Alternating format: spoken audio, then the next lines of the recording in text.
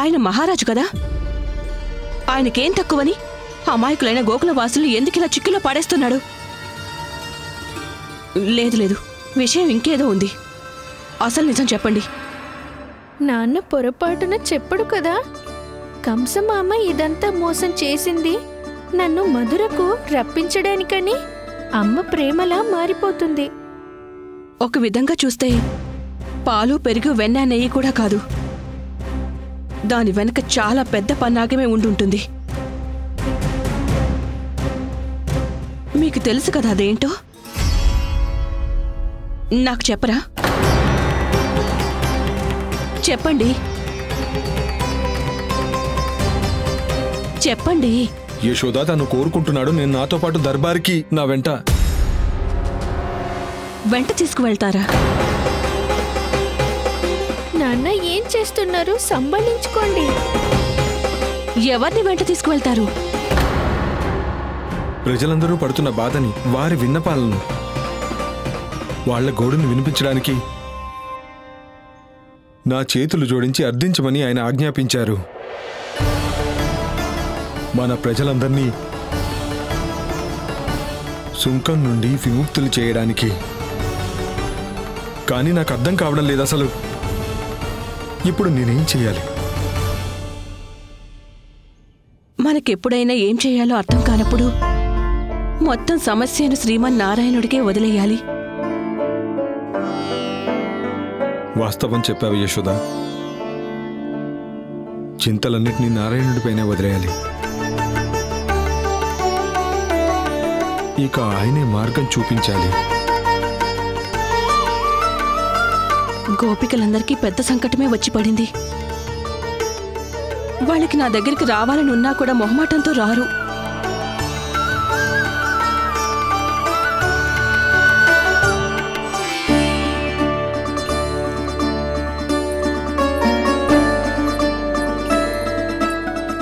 నాన్న, మీరెవరో పూర్తిగా మర్చిపోయారు ప్రభు. అవును మురళి, ఈ సమయంలో నేను వారికి కేవలం కుమారుణ్ణి మాత్రమే. కానీ మీ దగ్గర ఆయన చింతను పోగొట్టే ఉపాయం ఉంది కదా ప్రభు, ఉంది కదా?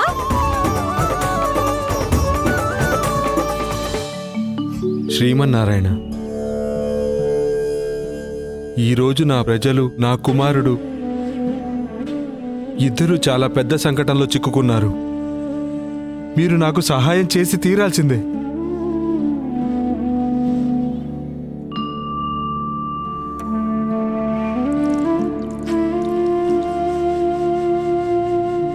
ప్రభు, తండ్రిగా నా బాధ్యత ఒకవైపు, బాధ్యత తీసుకుంటూనే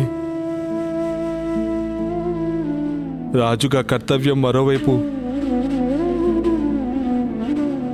నా మనసుని లాగేస్తుంది నారాయణ. ఇలాంటి భీషణ సంకటంలో నేనేం చెయ్యాలి? ఇలాంటి సంకటంలో నేను నా ప్రజల్ని వదులుకోలేను. అలాగే నా కుమారుణ్ణి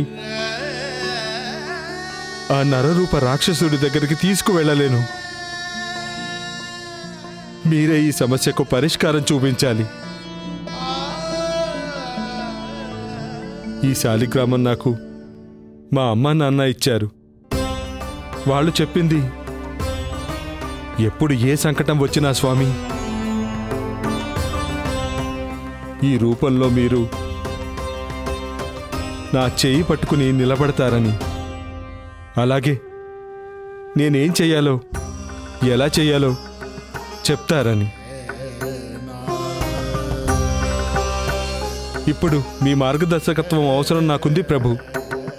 నాకు మార్గాన్ని చూపించండి. తండ్రిగా, రాజుగా కర్తవ్య బాధ్యతలో ఏది అన్న దువిధలో నేను కొట్టుకుపోతున్నాను నారాయణ.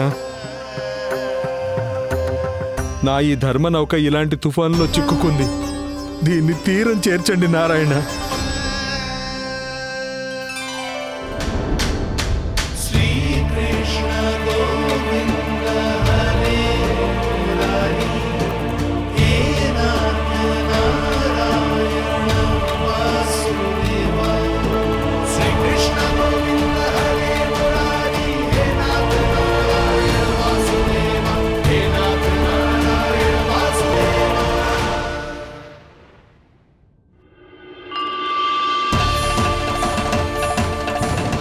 శాలిగ్రామం ఇక్కడే పెట్టాను కదా, ఎక్కడికి పోయింది? ఎటు పోయింది? నేను ఇక్కడే పెట్టాను కదా.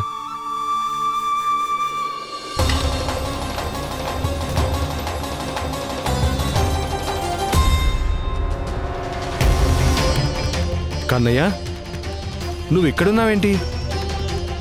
శాలిగ్రామాన్ని చూసావా?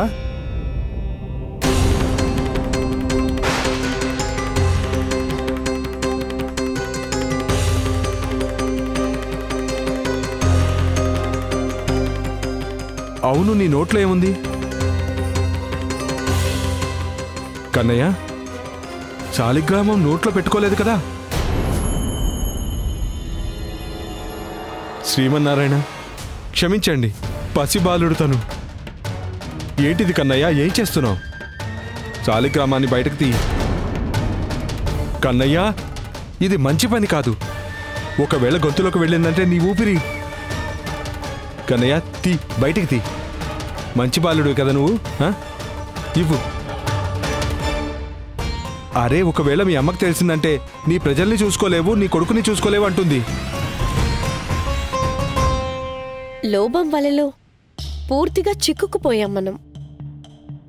ఇలాంటి కలలు కంటూ మన జీవితంలో చాలా పెద్ద తప్పే చేశామనుకుంటా మనం. యశోద ఇంకా నందరాజు గారు మీకు ఎంత చెప్పినా వినిపించుకున్నారా? ఆఖరికి చిన్నారి కృష్ణయ్య కూడా మనకెంతగా చెప్పాడు. కాని మనం ఆ దుష్ట వ్యాపారికి అందరం మాటిచ్చేశాం. అందరికంటే ముందు నన్ను వాళ్ళ ఇంట్లో కూర్చోబెట్టి అర్థమయ్యేలా చెప్పారు. వాళ్ళిద్దరూ అన్నారు కూడా, ఎవరైనా ఏ వస్తువుకైనా రెండింతల మూల్యం ఎందుకు ఇస్తారు? కానీ అసలు నేను వింటేనే కదా. ఇప్పుడు మీరే చెప్పండి రోహిణి అక్కయ్య, ఏ ముఖం పెట్టుకొని వెళ్ళి యశోద గారిని క్షమాపణలు అడగాలి? క్షమాపణ చెప్పాల్సిన అవసరం ఏమీ లేదు.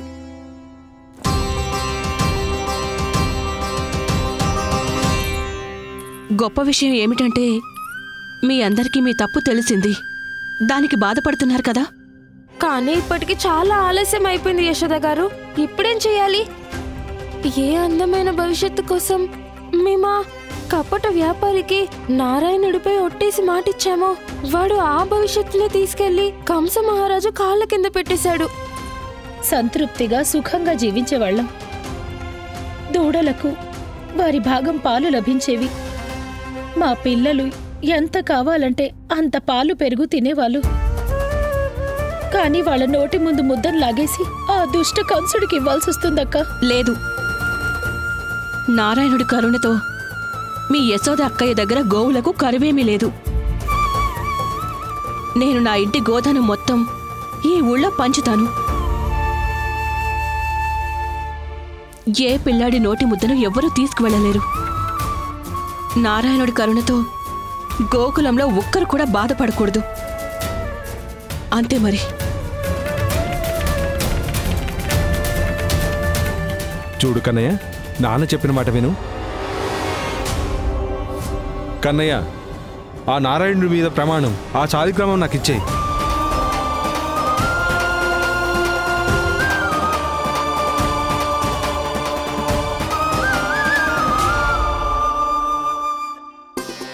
ఇది ఎందుకు చేశావు కన్నయ్య నువ్వు? అసలు ఇలా ఎవరైనా చేస్తారా అసలు? ఇప్పటికే నీ గురించి ఎంత బాధపడుతున్నాను. నీకేమైనా తెలుసా అసలు? క్షమించండి స్వామి.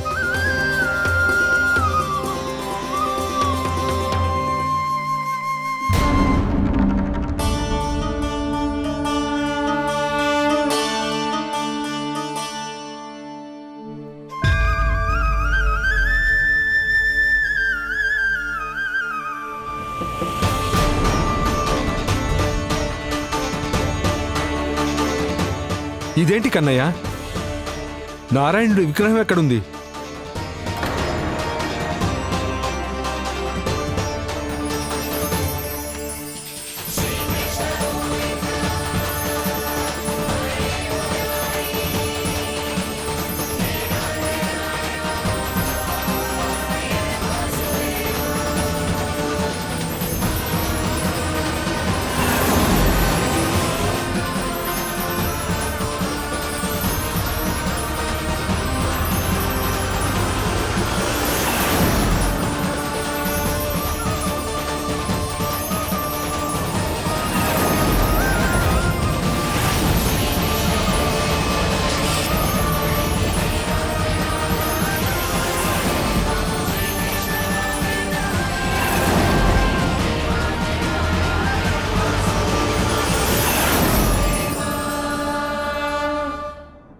నేను కన్నయ్య నోట్లో మళ్ళీ బ్రహ్మాండాన్ని చూశాను. నేను ఇది కూడా చూశాను. శ్రీమన్నారాయణుడు గోకులంలో ప్రతి చోట ఉన్నారు. ఎక్కడ చూస్తే అక్కడ నారాయణుడే. ఎవరి నోటిలో త్రిలోకాలు మొత్తం సృష్టిని లయబద్ధం చేస్తున్నారు. నేను తన గురించే బాధపడుతున్నాను.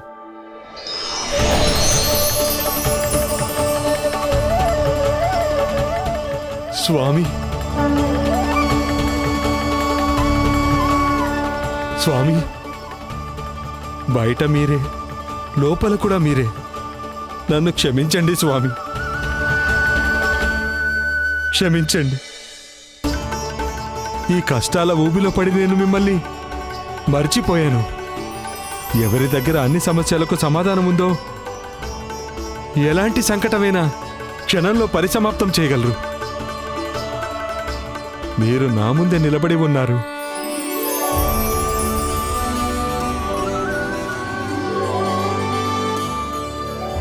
సమస్య ఎలాంటిదైనా సరే చింతించడం పరిష్కారం కాదు, బాధను పెంచుతుంది.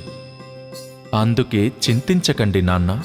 నేను ఎల్లప్పుడూ చెబుతాను, మానవుడి అతి క్లిష్టమైన పరిస్థితిలో కూడా చింత నుండి దూరంగానే ఉండాలి. ఒకవేళ వ్యక్తి తన పూర్తి సమయం తన కర్మలను పూర్తి చేయాలని ఉన్నప్పుడు వారు సంకటాలు ఎంత పెద్దవైనా వాటిని ఎదిరించగలుగుతారు. అయినా నన్ను పూజించేది కూడా వారే. ఎవరైతే నేను ఉన్నానన్న నమ్మకం కలిగి ఉన్నారో అందువల్ల వారికి నేను ఎల్లప్పుడూ అండగా ఉంటాను. నేను నా భక్తులకు అండగా ఉన్నానని నమ్మకం కలిగి ఉండాలి, ఎలాంటి పరిస్థితుల్లోనైనా.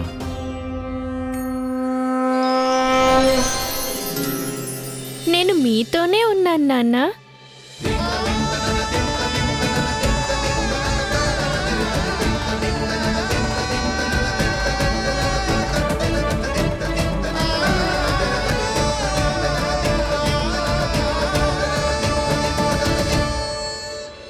జీవితాంతం ఆయనతో వ్యాపారం చేస్తామని మాటిచ్చాం కదా, దాని సంగతి ఏమిటి యశోదా? కానీ ఆ దుష్ట కంసుడు, ఆ వ్యాపారి కలిసి ఏదైతే సమస్య తెచ్చిపెట్టారో దాని సంగతి ఏంటి స్వామి? సమస్య ఉందంటే సమాధానం కూడా ఉంటుంది. నేను చెప్పాను కదా అత్త, ఏదైతే మనకు అర్థం కాదో దాన్ని పరిష్కారం బాధ్యతని శ్రీమన్నారాయణుడికే వదిలేయాల్సిందే.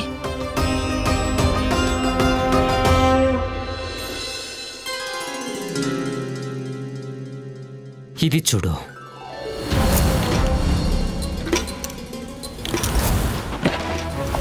ఈ ఆభరణాలు, ఈ స్వర్ణం, ఈ ముత్యాలు బహుమతిగా ఎవరివ్వగలుగుతారు? కంస మహారాజు. చూస్తూ ఉంటూ నేను నీ ఇంటిని మహల్గా మార్చేస్తాను, అంతా లాగేసుకుంటాను. కన్నయ్య, నువ్వు అంతర్యామివి, సమస్తం తెలిసిన వాడివి. మరి ఈ గోకులవాసులకి నేనెలా సహాయం చేయగలుగుతాను? ఏదైనా ఉపాయం చెప్పు. నీ ఈ నిగూఢమైన చిరునవ్వే చెప్తుంది నీ లీల ఎప్పుడూ ఆరంభమైపోయిందని కదా? ఎవరు చేసిన కర్మలు వారు అనుభవించవలసిందే నాన్నా. అది మంచిదైనా లేదా చెడైనా. మీరెవ్వరూ బాధపడకండి. ఎవరైతే మరో వ్యక్తికి చెడు తలపెడతారో వాళ్లకు ఆలస్యమైన చెడే జరుగుతుంది. ఏ చేత్తో ఆ లోభ వ్యాపారి మీ పాలు పెరుగు వెన్న తీసుకున్నాడో ఆ చేతులు మండిపోతాయి. ఇద్దరు తండ్రి కొడుకులను దీనితోనే స్వాగతం పలుకుతాను.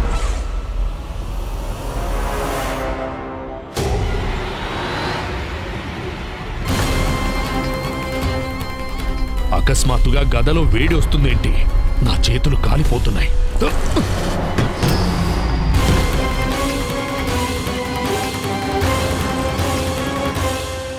ఇక ఆ వ్యాపారి మీ అందరి జీవితంలోకి భూకంపంలో వచ్చాడు కదా, తను శాంతంగా కూర్చోగలుగుతాడా? అరే, వాడి జీవితంలో వాడి విష పన్నాగం కంటే భయంకరమైన భూకంపం వస్తుంది.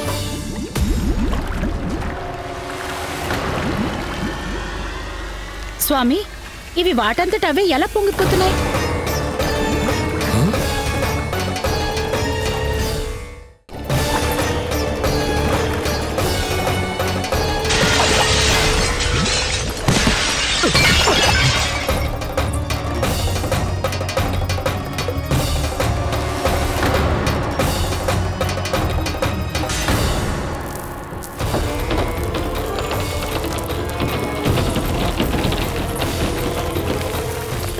స్వామి, మీరు ఇంటిని మహల్గా మార్చాలనుకున్నారు, కానీ ఇది పాడుపడిపోతోంది. మీరెవరితో అయితే స్నేహాన్ని మొదలుపెట్టి వచ్చారో ఆయనేమీ గొప్ప సామ్రాట్టు కాదు, ఒక దుష్టుడు. దుష్టుడా? ఆ వ్యాపారి దుష్టుడైన కంసుడితో కలిసి అమాయకులైన ఊరి వాళ్ళని మోసం చేశాడు కదా. చూడండి, వాళ్ళిద్దరి భోజనం కూడా పురుగులు పడిపోతాయి.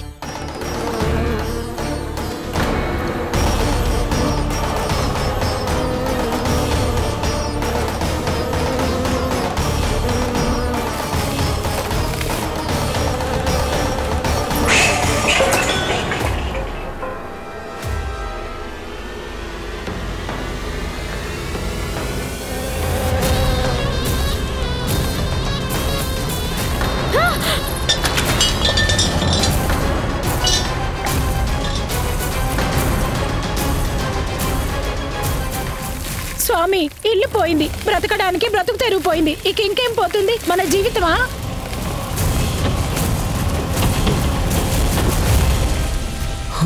మహారాజు గారు ఇచ్చిన ఆభూషణాలు పెట్టా. వాళ్ళిద్దరూ కలిసి మీ అందరి పాలు, పెరుగు, వెన్న, అసలైన ధనాన్ని లాక్కోవాలని ప్రయత్నం చేశారు కదా. చూస్తూ ఉండండి, వాళ్ళిద్దరి ధనం, ఆభరణాలన్నీ ఇనుప ముక్కలైపోతాయి, రాళ్ళు రప్పలైపోతాయి సమస్తం. అలాగే జరుగుతుందమ్మా.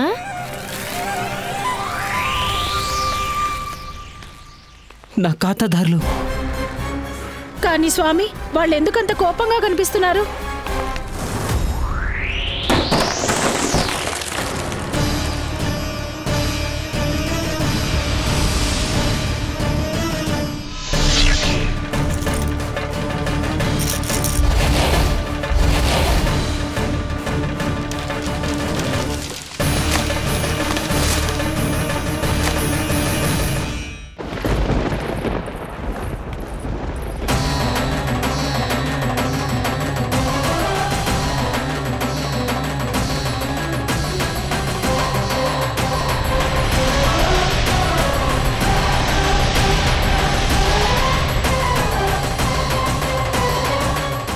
విష్ణు, ఆ విష్ణువే ఇదంతా చేశాడు. కంసుడు చేసిన దానికి శిక్ష తప్పకుండా అనుభవిస్తాడు. కంసుడు చేసిన దానికి శిక్ష తప్పకుండా అనుభవిస్తాడు. ఎవరన్నారిది? ఎవరన్నారిది? ఎవరన్నారు? అడుగుతున్నాను కదా, ఎవరన్నారిది? నువ్వు ఎవరినైతే వెతుకుతున్నావో అది నేనే, ఆ విష్ణు అవతారాన్ని. నువ్వు కోరుకునేదేంటి? నువ్వు ఆ లోబి కలిసి నా అమాయక భక్తులను వల్లో వేసుకొని హద్దులన్నటినీ మీరిపోయావు. ఇక ఆ గోకుల గోపాలకులను అనుచితమైన వ్యాపార కష్టాల నుంచి ముక్తిని ఇచ్చే వరకు నువ్వు ఇంకా మిగతా వాళ్ళందరూ కూడా సమస్త కార్యాలు, లాభాలు, సామర్థ్యం, వైభవం అన్నీ నాశనమైపోతాయి. ఇదంతా నువ్వు ఆ నిర్దోషుల జీవితాలకు ముక్తినిచ్చి తిరిగి ఇచ్చే వరకు కూడా జరుగుతూనే ఉంటుంది.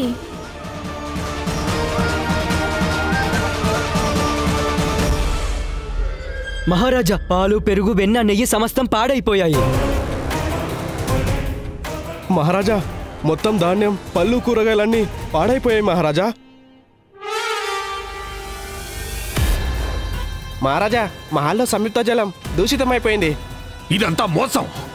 ఆ విష్ణు అవతారం తన మోసపు వలలో చిక్కేలా చేస్తున్నాడు. ఇలాంటి పాచిపోయిన మిఠాయిలు నేను ఇంతవరకు తినలేదు. బెల్లంతో కాదు, రాళ్లతో తయారు చేసినవి ఇవి. దానికంటే ఘోరంగా ఉన్నాయి మీ మిఠాయిలు. ఇక మీదట నీ దగ్గర మిఠాయి తీసుకునేదే లేదు. ఎవరైతే చెడు తలపెడతారో వారికి చెడే జరుగుతుంది. ఇక మంచి కర్మలు చేసిన వారికి మంచే జరుగుతుంది. మీరు చెయ్యాల్సింది మీరు చెయ్యండి నాన్న. మీ చింత దానంతటా అదే దూరం అవుతుంది. అంతేకాదు నాన్న, త్వరలోనే మరొక గొప్ప నిర్ణయం తీసుకోవాల్సి ఉంటుంది. గుర్తుంచుకోండి, జరిగేది ఏదైనా మంచి కోసమే జరుగుతుంది.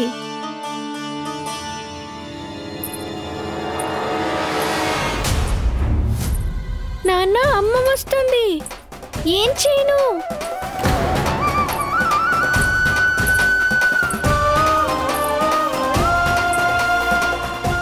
ఏదైనా సలహా ఇవ్వు నాన్న. అమ్మ నన్ను ఇలా చూడకుండా ఉండేలా.